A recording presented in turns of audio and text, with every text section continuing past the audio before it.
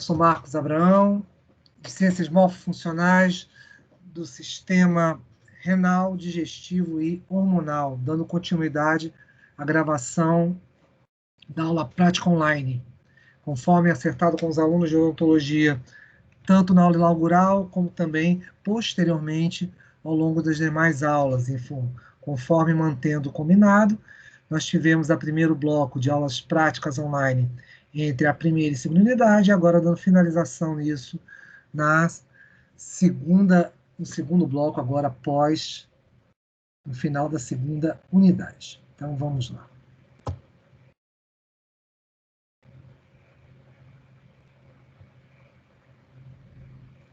Voltando ao Atlas de Anatomia.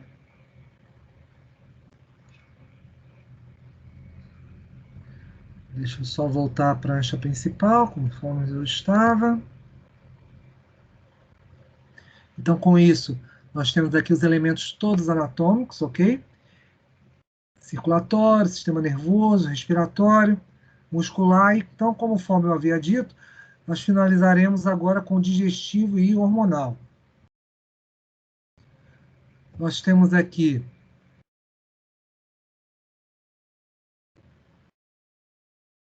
na parte superior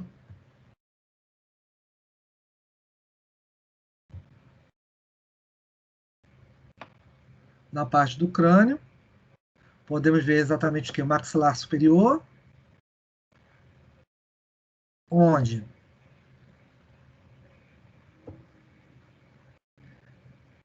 temos certamente a correlação de todos os dentes que vão ter o papel exatamente de ação mecânica, tanto para você ter o que?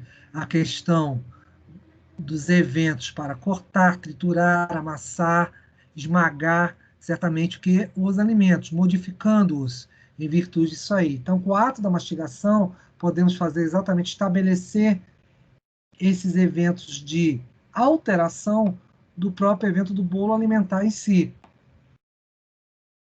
E certamente havia a mistura do que? Do alimento, certamente com o que? Com a saliva, com a ptialina, com as enzimas as quais pertencentes, obviamente, ao elemento saliva. Porém, temos que lembrar o seguinte, apenas ocorre na questão da cavidade bucal, você apenas teria o quê? Apenas uma ação em cima dos açúcares. Então, com isso, o que acontece?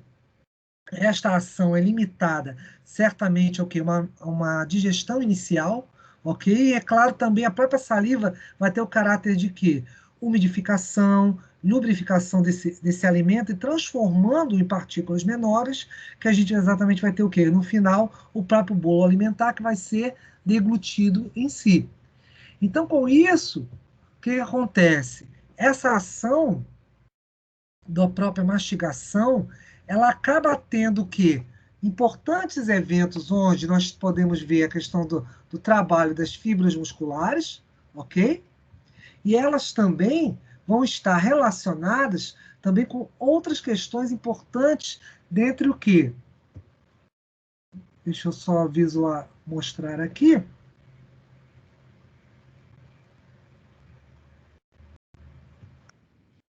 Onde nessa ação nós temos simplesmente o que? As glândulas salivares liberando a saliva, liberando essas enzimas, e é claro, essa umidificação vai simplesmente o que? Modificar esse alimento, tornando facilmente ele mais fácil de ser o que? Devidamente digerido. Então, ele sofre uma ação mecânica de ser o que? Partido, modificado, e a língua vai jogando essa estrutura para um lado e para o outro, facilitando exatamente o que?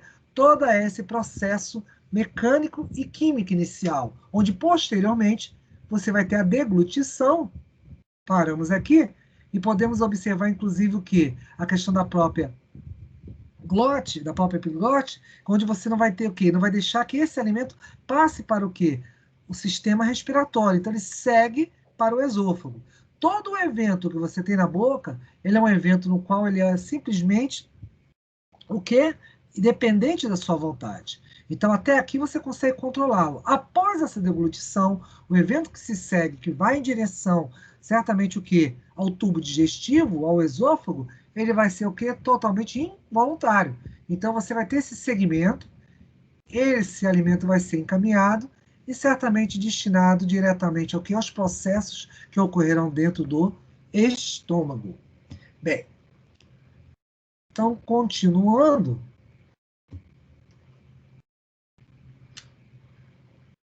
podemos aqui ver o seguinte. E pronto. Vamos aqui ver essa parte da laringofaringe. Nós vamos ter aqui simplesmente elementos bastante importantes, porque, por exemplo, na laringofaringe, ela vai estabelecer exatamente o quê? Uma parte onde eu vou ter aqui, como podemos notar, deixa eu só posicionar a peça. Aqui dentro você tem o quê? As cordas vocais, né, que vai ter em direção exatamente o quê? A parte respiratória, mas a parte paralela, como você pode ver aqui, exatamente é o esôfago. Então, o esôfago, ele vai ser o quê? Um tubo contínuo, onde este, através de movimentos peristálticos, vai conduzir esse alimento que diretamente ao estômago. Então, isso vai ser muito importante em virtude disso aí, é claro. Deixa eu só posicionar aqui.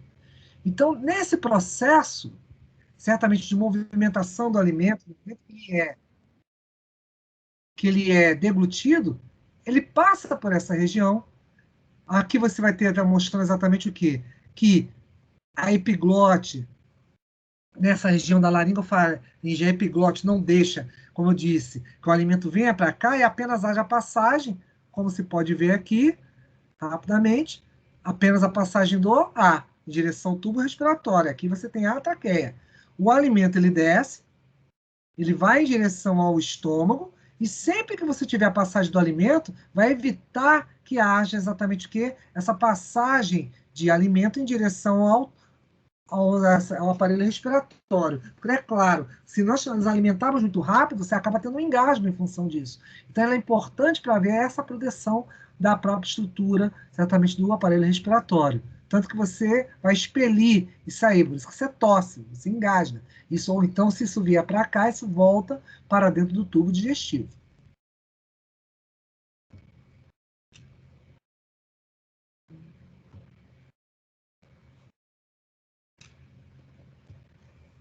Continuando,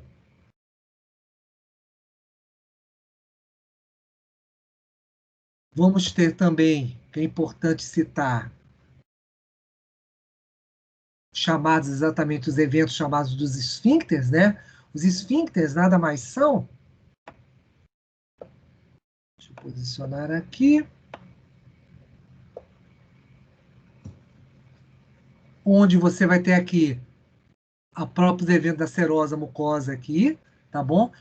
Os esfíncteres vão evitar que você tenha um retorno do próprio que do evento alimento, no qual ele vai ser já modificado, vai ser banhado esse bolo alimentar através do que do suco gástrico. Então, no suco gástrico, quando ele toma esse banho, por ter esse pH ácido no suco gástrico, você torna certamente esse bolo alimentar mais ácido. Consequentemente, ele vai ser agora chamado de quimo. Então, esse quimo vai ser importante porque você, através do peristaltismo, você vai ter simplesmente o quê? Uma mistura desse alimento. Então, com isso, através de movimentos involuntários do próprio esôfago, eu vou ter uma abertura de um dos esfíncteres, onde você vai ter simplesmente aqui a mistura com o suco gástrico e a ação enzimática exatamente o quê? Dos elementos relacionados ao quê? Principalmente a chamada pepsina. Então, com isso, a pepsina, a partir do pepsinogênio, sendo liberada pelas células da parede estomacal, vai ser ativada, e com essa pepsina vai ser o quê? Uma protease. Essa protease vai poder quebrar proteínas. Consequentemente, você vai ter o quê? Uma quebra em pequenos peptídeos para poder lançá-los em direção certamente após o peristaltismo, né? Você simplesmente vai ter um lançamento disso em direção, depois desse bolo previamente processado, em direção ao intestino delgado. Então, o estômago, né? Você vai ter a região superior, onde você tem exatamente a parte que as serosas mucosas, que vão exatamente o que? Recobrir a estrutura, tá bom? Depois, a região onde você vai ter o quê? O fundo, né? E posteriormente, o quê? O piloro, exatamente a parte final. Nessa outra parte, você vai ter também aqui os revestimentos, onde... Deixa eu posicionar um pouco melhor aqui. Onde você vai ter a comunicação com o intestino delgado. Então, o intestino delgado, na primeira porção dele, o duodeno, após o processamento digestivo, vou ter o quê? Isso lançado no intestino delgado, onde no duodeno você vai ter o quê? A ação de uma série de enzimas. Eventos enzimáticos vão ser o quê? Provenientes do quê? Do próprio suco entérico, da questão também do pâncreas, tá? Dos eventos exatamente que vão ser auxiliados aí pelo pâncreas. Deixa eu agora passar para a parte inferior.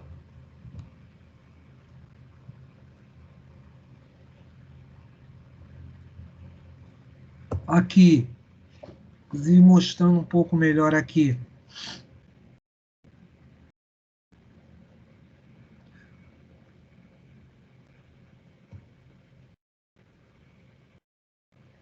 Você tem aqui exatamente a região daqui, da cardia, que é bastante importante em função disso, né? Que ela delimita.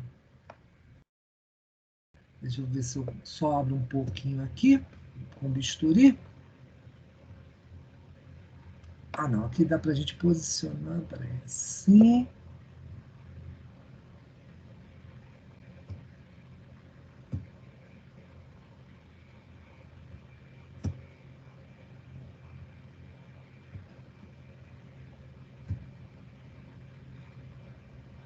Aqui só para podermos ver.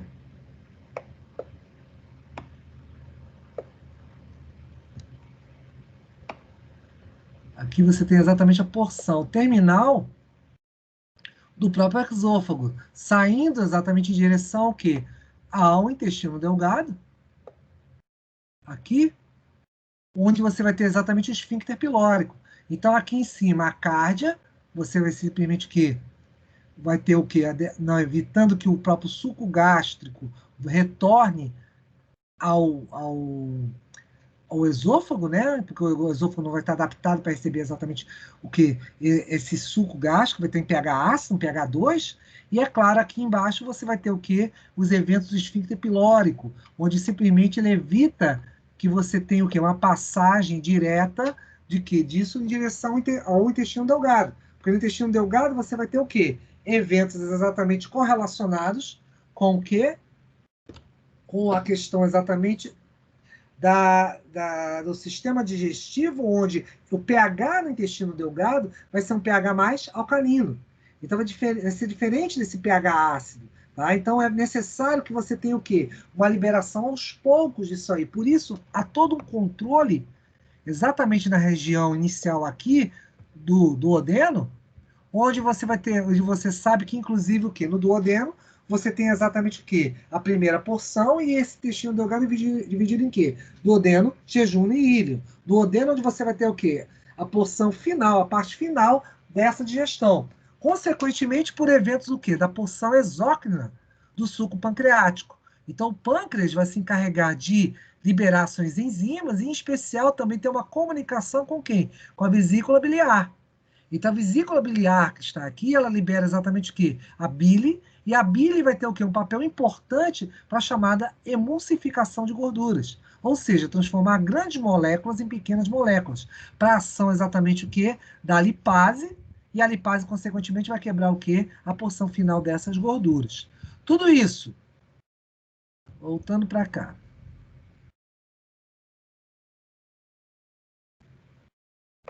Aqui, só um minuto.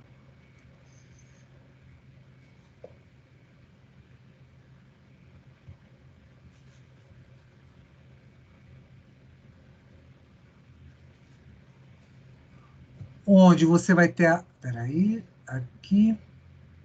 Onde você vai ter o quê? A ação, após a ação do próprio do que no duodeno, você vai ter simplesmente a parte de absorção. Então você vai ter eventos de absorção nessa região. Qual região agora? O jejum. Então, o jejum não vai se encarregar em absorver os nutrientes após o processamento que você teve o quê?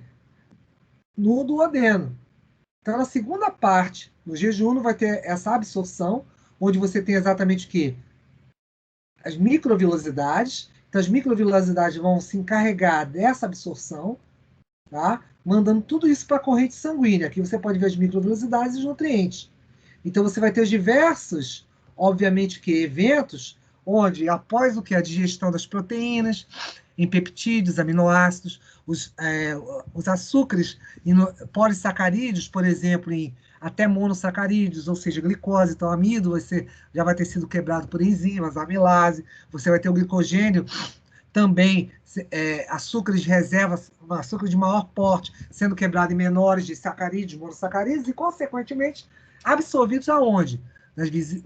Nas microvelocidades, diretamente para a corrente sanguínea. E isso sendo levado às células, com destino às células via a corrente sanguínea.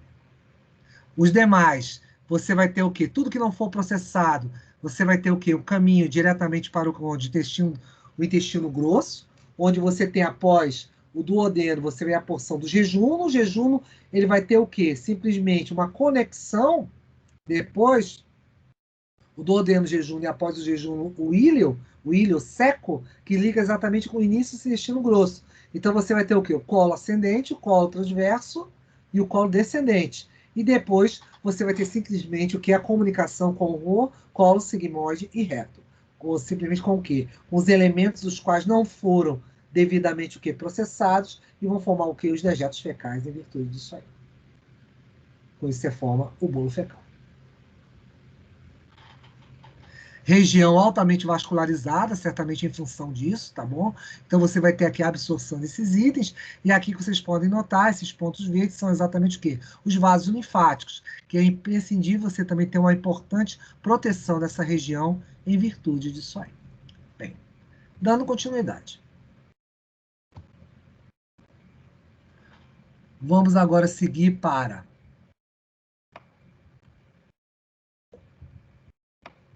sistema endócrino. No sistema endócrino, podemos observar as diversas glândulas que nós temos aqui no indivíduo, tá? Deixa eu só posicionar aqui. E sua participação, peraí, deixa eu baixar um pouquinho.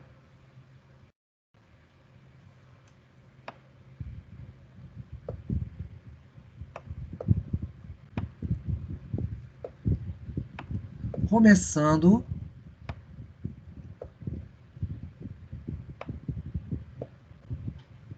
com o eixo que a gente chama de hipotálamo, hipófise. Aqui nós temos a hipófise. Então, com isso, o que vai acontecer? Você vai ter aqui, deixa eu aproximar um pouco mais, vou colocar aqui, onde você tem o que? A porção anterior, tá bom? E você tem a porção anterior aqui, e quer dizer, chamado que a porção posterior, perdoe-me, a porção posterior onde você vai ter a neurohipófise, e a porção anterior onde você tem a adenohipófise. Isso tudo é interligado. Deixa eu posicionar um pouco mais aqui. Exatamente com a parte o quê? Do eixo hipotálamo, onde você tem a comunicação com o hipotálamo um pouco mais superiormente, com o quê? Com a hipófise. E na hipófise, o que acontece? Na adenihipófise, você tem a produção dos seus hormônios. Ou seja, o hormônio do crescimento, deixa eu ver só se tem alguém aqui na sala, só dando uma olhada.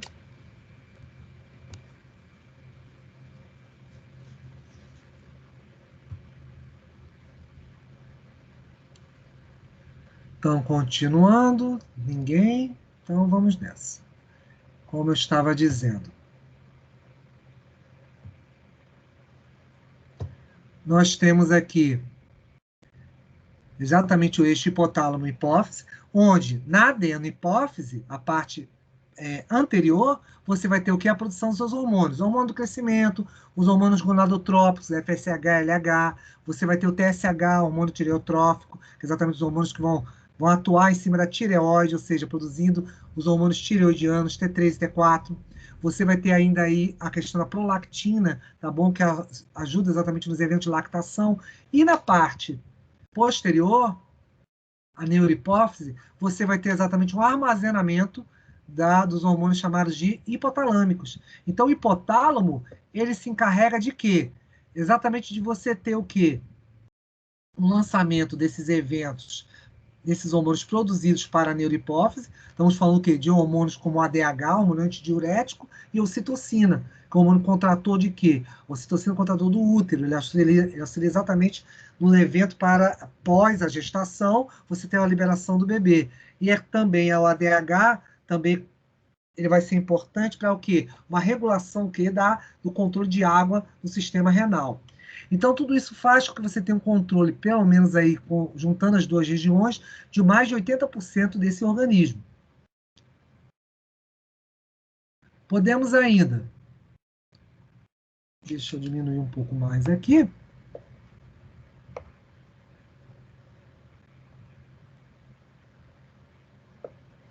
você ainda tem aqui a tireoide, a glândula tireoide aqui.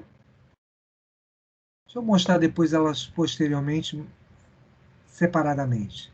Após isso, podemos observar exatamente o que? Aqui, as glândulas chamadas de adrenais ou suprarrenais, tá bom? Então, com isso, a adrenal e suprarrenal vai ser muito importante exatamente nos eventos onde você tem exatamente o que? O controle hormonal do indivíduo, tá bom? Então, ela vai ser essencial para que você tenha exatamente uma regulação disso aí, para uma série de eventos onde eu tenho aí diversos controles, tanto, por exemplo, dos chamados glico e mineralocorticoides, que eles atuam também em células, tá bom? E, é claro, o próprio evento hormonal tem que lembrar-se o seguinte, que sempre é um evento de quê? As glândulas endócrinas são glândulas as quais liberam seus produtos, como vocês podem ver aqui, na própria visualização aqui do esquema do sangue, onde você tem aqui os hormônios, e eles vão ter o quê? Um local específico, vão ter alvos específicos, as células. Então, consequentemente, essa ação vai ser bastante importante, por quê? Porque simplesmente você vai poder atuar em cima do metabolismo do indivíduo. Então, isso vai fazer com que esse indivíduo possa ter toda uma ação, obviamente, o quê? De regulação desses eventos metabólicos, conforme a necessidade, obviamente, que do indivíduo. Então, vão ter alvos, vão ter exatamente o quê? Os receptores celulares destinados para isso aí. Então, com isso, esse percurso do hormônio sempre vai ser importante, porque vai ser destinado, obviamente, aos mecanismos celulares. O que a gente pode ver exatamente aqui. Eu posso ter ações, como, por exemplo, como vocês podem ver aqui, as membranas celulares, onde simplesmente, peraí, deixa eu só voltar um pouquinho aqui, só um minuto, onde você vai ter uma ação via receptor ou simplesmente evento transmembrana. Aqui você está vendo a membrana citoplasmática da célula, atuando diretamente, o que? Em segundos mensageiros, que vão ser o que? Transportados em direção ao núcleo, havendo inclusive o que? Expressão, obviamente, para o que? Você desreprimir DNA e ter síntese proteica em função disso aí. E, é claro, ter ação das mais diversificadas ao longo de todo o organismo, né? Então, tanto vale, por exemplo, para eventos, como eu falei até aqui, em relação ao córtex suprarrenal, como o próprio hormônio gonadotrófico, especificamente para a mulher, né? Onde você tem aqui os ovários e, é claro, a estimulação do FSH-LH, fazendo com que haja a regulação, certamente, aí dos eventos correlacionados com o quê? Com os ciclos ovulatórios e, é claro, a produção de importantes hormônios para a mulher, como progesterona e estrogênios. No caso do homem, nós teríamos o quê? Não, certamente não a produção aí de eventos. Deixa eu só trocar aqui, só um minutinho.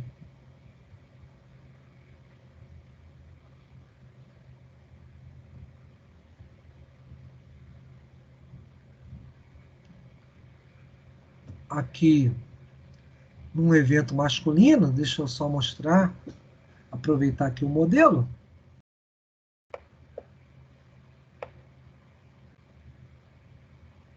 Peraí, ele não trocou.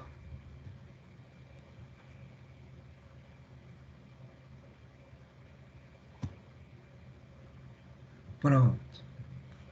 Então, no evento masculino, você teria exatamente... Só um minuto.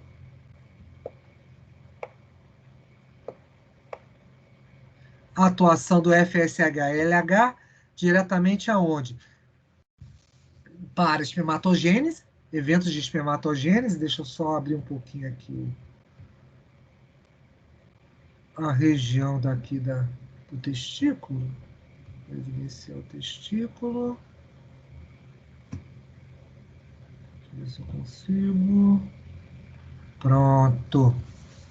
Então, com isso, deixa eu ver se eu consigo abrir um pouco mais aqui.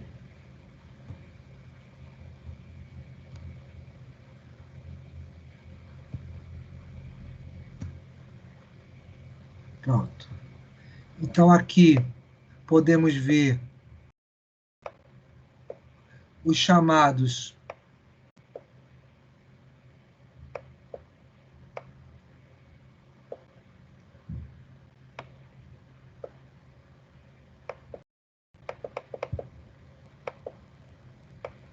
túbulos seminíferos. Aqui você vai ter exatamente o que é a produção dos espermatozoides. E, é claro, você vai ter a participação aí do FSH-LH em dois eventos. FSH diretamente o quê? No amadurecimento desses espermatozoides, e o LH atuando em cima do quê? Das chamadas células de Leydig, para que você tenha a produção exatamente de quê? De testosterona, o hormônio mais importante para os eventos, obviamente, aí, de formação de um indivíduo do sexo masculino. Bem, o que nós podemos ainda destacar um pouco mais?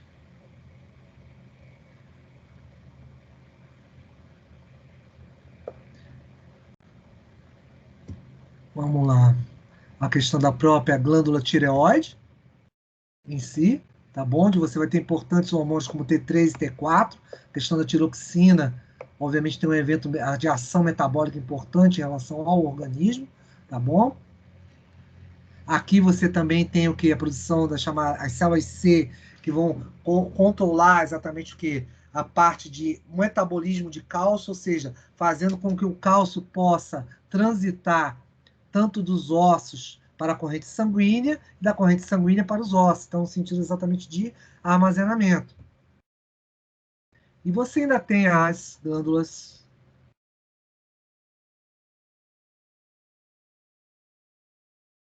paratireoides. As paratireoides são exatamente essas quatro estruturas aqui, 1, 2, 3, 4, vão ser importantes também, vão produzir o parato-hormônio e vão auxiliar também nessa ação metabólica do cálcio. Então, com isso, se soma as células C e se soma exatamente a processos onde eu faço com que o cálcio possa transitar do sangue para os ossos e dos ossos para o sangue, certamente participando de todo o metabolismo aí. Bem, então com isso, declaro aqui encerrada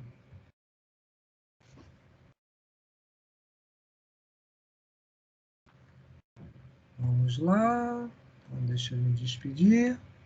Declaro aqui encerrada a nossa aula prática online, ok? Satisfação em poder trabalhar com os alunos de odontologia, esperando encontrá-los em outra oportunidade. E certamente, tá bom? Se eles tiverem dúvida, professor, você deu aula sem a gente. É só vocês olharem a aula inaugural, é só vocês olharem as últimas aulas, é só vocês olharem aquele evento pós a primeira aula de prática online, na qual eu falei que iria estar aqui após as nossas provas para que ministrar essa aula aí que acabei de ministrar. Infelizmente, foi uma pena vocês não estarem aqui para a gente poder dividir conhecimentos, mas sempre é uma satisfação estar com vocês, tá bom? Então, excelente tarde, boas férias, fique com Deus, até logo.